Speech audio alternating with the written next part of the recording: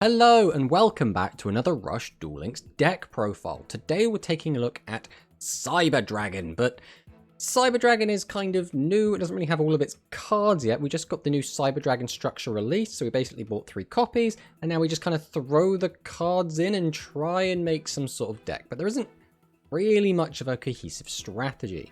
So I guess we'll start off with this skill. This is Cybernetic Combat Customization.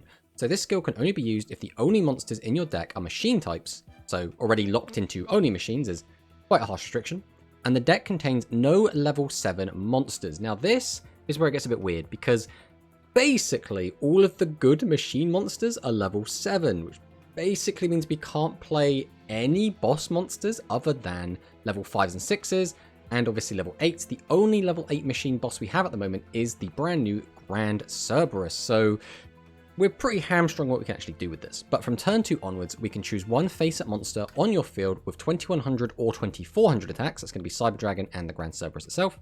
It gains 500 attack until the end of this turn. So that's actually not bad. Cyber Dragon being able to boost to 26 is pretty good. Being able to clear 25s is always going to be reasonably good. Unfortunately, even with a 500 boost, Grand Cerberus still can't actually clear a Blue Eyes, which does kind of suck. But we can shuffle one card from our hand into the deck, and if we do, we can add a Proto Cyber Dragon from your deck or graveyard to your hand once per duel. So this is okay, right? We can fix our hand if we bricked, we can get an extra normal summonable monster. Right now, though, we can't do anything with a Proto Cyber Dragon, it's just a normal summonable monster. So this skill feels very out of place, and that's because it is. So this is basically a skill that in the future will let us also search Fusion, and we can search each Fusion and Proto Cyber Dragon once per duel, which means we can use it twice, which is a lot better.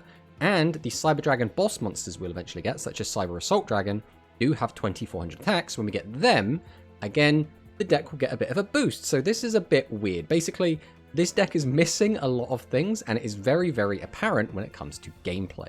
But I suppose we'll take a look at our new boss monster. This is Grand Cerberus. So 2400 attack is not very good. We'd much, much rather have that 2500. 2000 defense is not bad. It's an Earth level 8. We can inflict damage to our opponent equal to the number of face-up Earth attribute monsters on our field times 300. This card does have a typo and it just currently say your opponent's field, but it does count the number of Earth machines on our field. That means if we use this and we have itself and 2 other Earth machines, we can burn for 900 damage, which is not bad, but most of the time we won't actually have 3 Earth machines, so it's really going to be 300 or 600 damage. But again, we can use the skill to boost this up to 29, which is fine, but this not being a 2500 attack monster really lets it down, and it is rather underwhelming overall. Now, the burn can be useful, and we have won a lot of games off of that burn, but we'd much rather this affect something a bit more active to actually helping advance the game state. And then the next card we have is Cyber Dragon, the namesake of the deck, and basically the card that this skill is built around. Everyone should know what this card does. If only your opponent controls a monster, you can special summon this card from your hand face up to your field, and it doesn't do anything else. So this is fine, right? If you can special summon it from your hand, it's basically like just normal summoning a 2100 attack monster, which is decent. The issue is when we get more than one Cyber Dragon in our hand, it can get a little bit awkward because now we have to tribute it out, and just tributing out a 2100 vanilla is not super useful. Again, we can use our skill to boost it up to 26, which is okay. And then we have Proto Cyber Dragon, and Proto Cyber Dragon is in here exclusively to use the skill and fix our hand. We only need the 1 copy because we're going to get to search it either way, so having more copies is irrelevant. We don't really need more light machines, we don't really need any more copies of Cyber Dragons, we have nothing to do with them yet, so just the 1 copy is fine. And then we have the Ultimate Flag Beast Boltricorn. Again, fantastic staple. We're locked to machines. This is a machine, so it's a no-brainer to include it. Being able to turn off one of your opponent's back row is really important in any deck. Then we have just the 1 copy of Aim Eagle. Now, I have seen some people playing 2 copies of this, and then they swap out the legend for Widespread Ruin, but I really value the negate attack, especially on ladder, and especially while climbing, you'll run into decks that can really punish you for playing Widespread Ruin, such as Magnum Overlord, and just having access to that negate attack is really important, as well as the fact that Aim Eagle's effect is nice, but for the most part, I don't really think we need it, and sometimes having its effect still is reasonably okay, but what I found for the most part is we use this to get out stuff like Avant Wolf, or we'll use it to get out something like a Bull Breaker or an Assault Cannon and just get up to that 22 and attack over monsters. So it hasn't been super instrumental, but it's still nice to include. Then we have the Assault Cannon, and Assault Cannon is, it's a little bit awkward, but being able to reduce by that 300 does come up. And thanks to this card as well, we can reduce a Blue Eyes White Dragon down to 27, which means we can attack over it with a Cerberus combined with our skill. So there are situations where Assault Cannon does actually come up and can be really useful. Then we've got our first of our Earth Machines, and this is Crafter Drone. You probably noticed as well, we are playing quite a lot of Earth Machines, and that is because we really want Grand Cerberus' effect to be online more often. Now, some people I've seen have basically shied away from using the Earth Machines. Some people have gone all in on them and used 100% of what we have access to. I think this is a nice middle ground, and it's been working for us. We have had quite a few win streaks. We haven't had anything higher than like a 5 win streak, but I think still getting to a 5 win streak with this deck is already reasonably impressive, considering its top end is not super great. But Crafter Drone is still a really good card. Send a machine monster from hand to the graveyard, draw 1 card. This can help unbrick us, and a lot of the time I actually use this to get rid of Grand Cerberus from our hand, just to draw into something else. Then we have Cybertech Alligator. Again, we're locked to machines, so we're going to use the good machines we have access to. Now, Cybertech Alligator is the 7th boss monster in here, but because of the way Cyber Dragon works, sometimes we only have 4 boss monsters, but more often than enough it feels that we have like 5 or 6 boss monsters total, but a lot of them can be tribute summoned with only 1 tribute, and having a 2500 attack monster is always going to be really good. The only negative of Cybertech Alligator is we can't use our skill with it, which does kind of suck. And we've got 3 copies of Avant Wolf. This is just a 1500 beta. It makes sense to include, since especially with locked machines, we don't have that many options. And then we're on the 3 copies of Bull Breaker. So again, as we've already mentioned, we're playing Bull Breaker to be comboed together with Grand Cerberus. This could just as easily be the 1400 attack vanilla, just if you want a little bit of extra attack. Or you could replace this with Surge Bicorn if you just want to shuffle cards from your graveyard back into the deck. Now, we can't use Surge Bicorn's effect to be used as 2 tributes because it needs to be used on a light monster, and the only monsters we can run that needs 2 tributes is an Earth monster, but we can use it to just put cards back in our deck if decking out is becoming an issue. But overall, I have found that Bull Breaker is actually reasonably good. Quite often, we're able to get decent chunks of burn with Grand Cerberus, and having the extra Earth monsters is how we do it. Then we have Tribute to the Doomed. This card makes a lot of sense, primarily because we don't really have good ways to out maximums. There are a lot of decks in the game that do struggle to out maximums, and this is definitely one of them.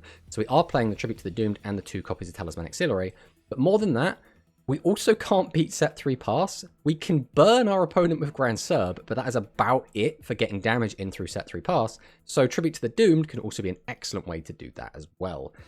Talisman Auxiliary, because we're not playing the Surge Bicorn, is the only way to put cards from our graveyard back into our deck, so it becomes extraordinarily valuable, as well as it's a great way to out those problematic monsters like the Blue Eyes, like the Maximums. And it's just a great way to get a load of big damage in, combined again with our burn and our skill to boost up our attack. Means we can actually get a reasonably decent chunk amount of damage in. The Talisman Auxiliary always going to be a fantastic staple. And then we have our 3 Barrage of Steel. Again, popping back row is pretty much a no-brainer. We've already spoken a little bit about Negate Attack, but it's especially good into decks that can wipe your board, such as Blue Eyes, or Maximum decks that basically are unaffected by the Widespread Ruin, so Negate Attack's always going to be really powerful. And then Buffered Slime, this should be in every single deck ever. It's just that powerful. It's so very strong. So this is the list. Overall, I think someone in my chat on stream really summed it up best. We kind of expected this to be a 0 out of 10 deck, but it actually ended up being like a 2 out of 10 deck. And what we mean by that is I expected this deck to be completely useless, to effectively do nothing, but this deck did win us quite a few games. Now, it's not got an incredible win rate. It's overall been winning more than it's been losing for us, but that doesn't mean the deck is remotely decent. Basically, in Rush, even the worst decks can still win based on matchups, based on how you draw, based on how your opponents draw, whether you go first, whether you go second, etc. There are so many different variables in Rush that even a bad deck can take out a really strong meta deck, as you'll see in some of the replays. That doesn't mean the deck is really strong. It just means we got a little bit lucky. Maybe things went our way when they maybe shouldn't have.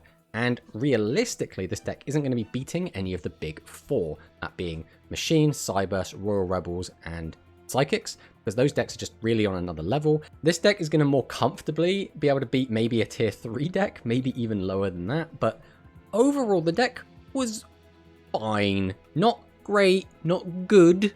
It was fine.